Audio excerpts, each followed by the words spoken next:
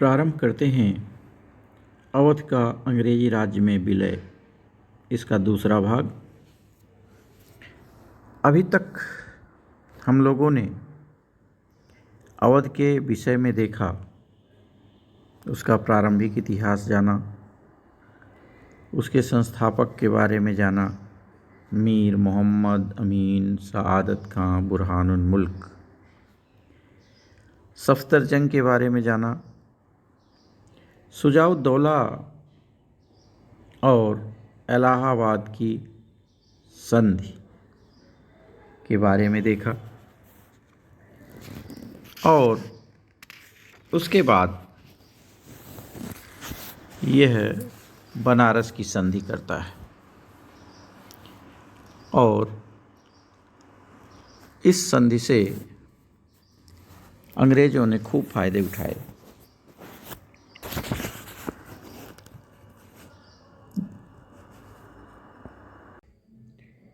उस समय Warren Hastings Banaras आया था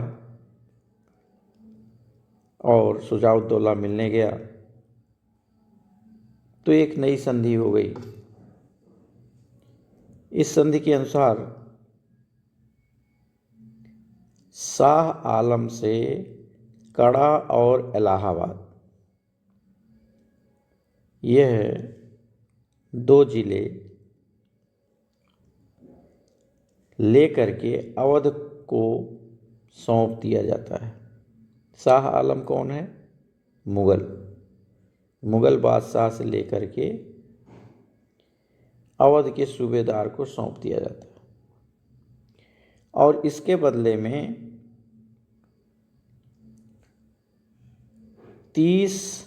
50 लाख रुपए शुजाउद्दौला देता है। आप सोच लें, 1773 में 50 लाख रुपए।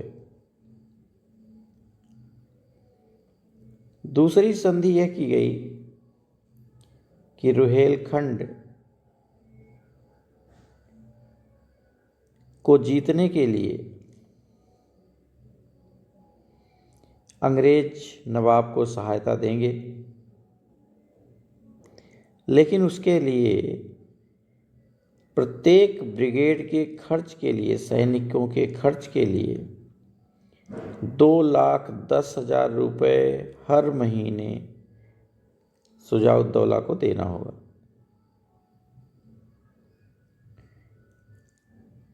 अगली संधि यह की, तीसरी, कि अवध की सैनिक शक्ति को सीमित कर दिया गया। अब इसे हटा दिया जाता है और इसे सैनिकों की संख्या बढ़ाने की स्वीकृति मिल जाती है। यह एक पॉजिटिव वे में इसका थोड़ा सा काम हो, बाकी तो सारा नुकसान हो रहा। लेकिन अगली जो संधि का शर्त लगाई गई कि राजधानी में ब्रिटिश रेजिडेंट रहेगा, शुजाउद्दौला के साथ रहेगा ब्रिटिश रेजिडेंट। वो देखता रहेगा, हर गतिविधि पर निगाह रखेगा शुजाउद्दौला के। और नवाब शुजाउद्दौला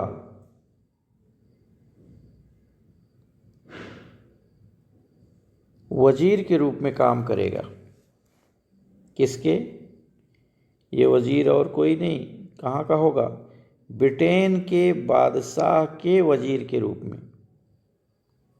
ब्रिटिश बादशाह के नाम के सिक्के अवध में चलेंगे। आप समझ सकते हैं कि सिक्के चलने का मतलब है जिसका सिक्का चलता है वो शासक माना जाता है। तो यह वहाँ बादशाह मान लेता है ब्रिटिश को और उनका वजीर बनता है, सलाहकार बनता है। तो यह क्लियर है कि इसे कितना दबाया गया और किस तरह से अंग्रेजों ने इसे अपने हाथ में ले लिया। नाम मात्र के नवाब बने रहने के लिए इसने 1 करोड़ से अधिक 1 करोड़ 31 लाख रुपए अंग्रेजों को दिए थे। इसके बाद इसकी मृत्यु हो जाती है और मृत्यु होने के बाद आसफुद्दौला 1775 में शुजाउद्दौला के बाद नवाब बनता है। यह भोग विलास में लिप्त रहने वाला नवाब था। इसने और भी निम्न स्थिति में ला दिया अवध को। 1775 में फैजाबाद की संधि होती है।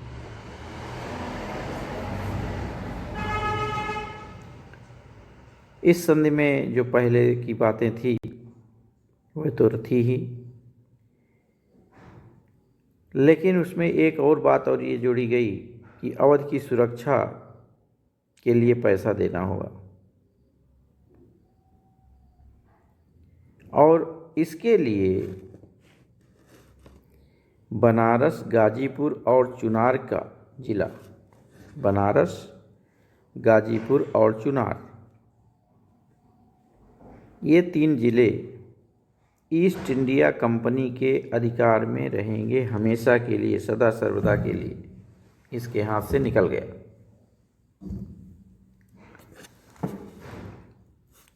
और अब ब्रिगेड को रखने के लिए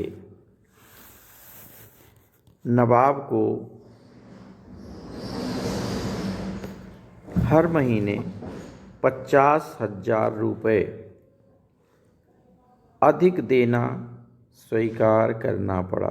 मतलब जो पहले 2,10,000 देता था, अब 2,60,000 रुपये देगा।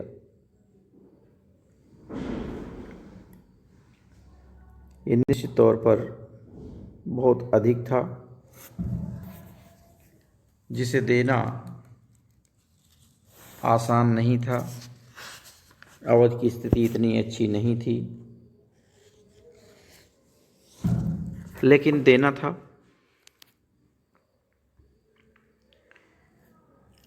अब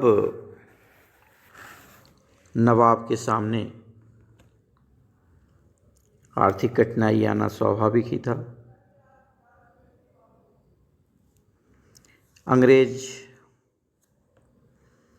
शोषण करते चले जा रहे थे। आर्थिक स्थिति कमज़ोर हो रही थी। ईस्ट इंडिया कंपनी अधिक से अधिक पैसा लेना चाह रही थी, ले रही थी। इसलिए इसको सेना बढ़ाने की छूट मिलने के बाद भी सेना घट रही थी, बढ़ नहीं रही थी, क्योंकि इसके पास अब पैसे नहीं थे कि सेना रख सके।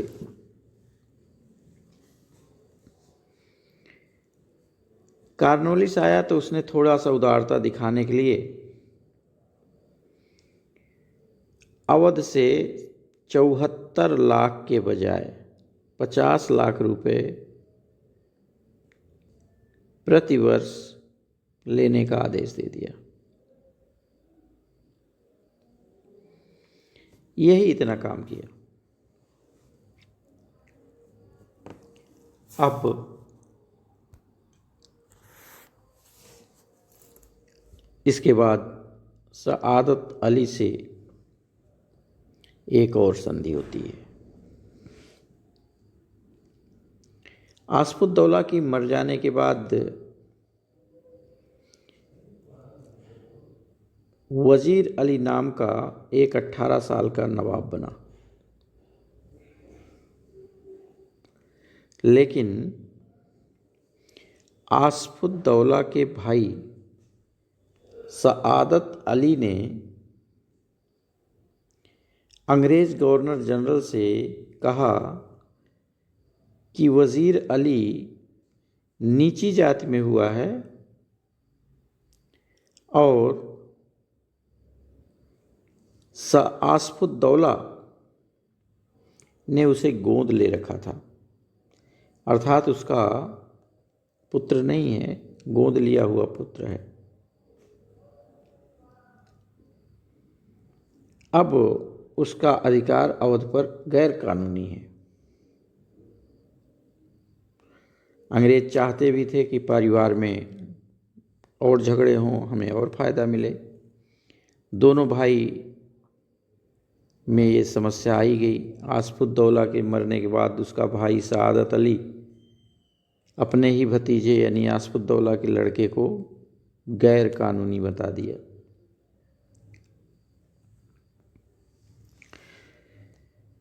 अंग्रेज गवर्नर जनरल ने सआदत अली को नया नवाब बना दिया और वज़ीर अली को हटा दिया। उससे एक फिर नई संधि कर ली। यही तो चाहते थे कि सआदत अली से हम संधि करें, एक नई संधि करें। अब अंग्रेज़ों ने यानी ईस्ट इंडिया कंपनी के नाम पर 76 लाख रुपया अवध से मांगा और उसे देना स्वीकार करना पड़ा। इलाहाबाद का किला भी ब्रिटिश सेना को सौंप दिया। अब सआदत अली पर दबाव की राजनीति अंग्रेज़ों की सफल हो रही थी। इस बीच 1798 ईस्वी में लॉर्ड वेलेज़ली गवर्नर जनरल बनकर भारत आया। उसने एक नई चाल चली और अवध के नवाब के ऊपर बाहरी हमले का खतरा दिखाना चालू किया और नवाब को कहा कि अपनी सेना तो वैसे रहने दें, लेकिन ब्रिटिश सेना की संख्या अब डबल करने की ज़रूरत है, 2 गुनी करने की ज़रूरत है। और यह खर्चा अवध सरकार को देना होगा, अवध के नवाब को देना होगा। बहुत लंबा विवाद चला। अब सआदत अली समझ गया कि अब हमारे पास कुछ भी नहीं बचा देने के लिए, तो वह अवध की नवाबी छोड़ने को तैयार हो गया। लेकिन वेलेज़ली अभी भी कहता रहा कि ब्रिटिश सेना की एक और टुकड़ी अवध को भेज दी जाएगी, और भेज भी दिया। अब उसके लिए पैसा कहाँ से देता? विवश होकर सआदत अली फिर से ईस्ट इंडिया कंपनी और अंग्रेज़ों से समझौता करता है। 1801 में एक नई संधि करता है और सैनिक खर्च के नाम पर, जो कि सआदत अली दे नहीं सकता था, उसने अपने राज्य के आधे भाग कंपनी को ही दे दिया, ईस्ट इंडिया कंपनी को दे दिया। गोरखपुर, इलाहाबाद, कानपुर, फर्रुखाबाद, इटावा, बरेली और मुरादाबाद जैसे ज़िले ईस्ट इंडिया कंपनी को मिल गए अब ईस्ट इंडिया कंपनी के लिए तो फ़ायदे फ़ायदे हो गए, जो चाह रहा था वो होने लगा। पहले भी बहुत सारे क्षेत्र ले लिए थे अवध से, और अब आधा राज्य ही मिल गया अवध का। अब तो आधा राज्य अंग्रेज़ों के हाथ में, ब्रिटिश सेना अवध में चारों तरफ फैल गई, और अब केवल कहने की बात रह गई कि इसको विलय करने का बाकी बचा है। बस केवल एक छोटे से बहाने की ज़रूरत थी, और वो बहाना डलहौजी तलाश लेता है। आज इतना ही, शेष अगले वीडियो में देखेंगे। तब तक के लिए आप सबका बहुत बहुत धन्यवाद। Thank you.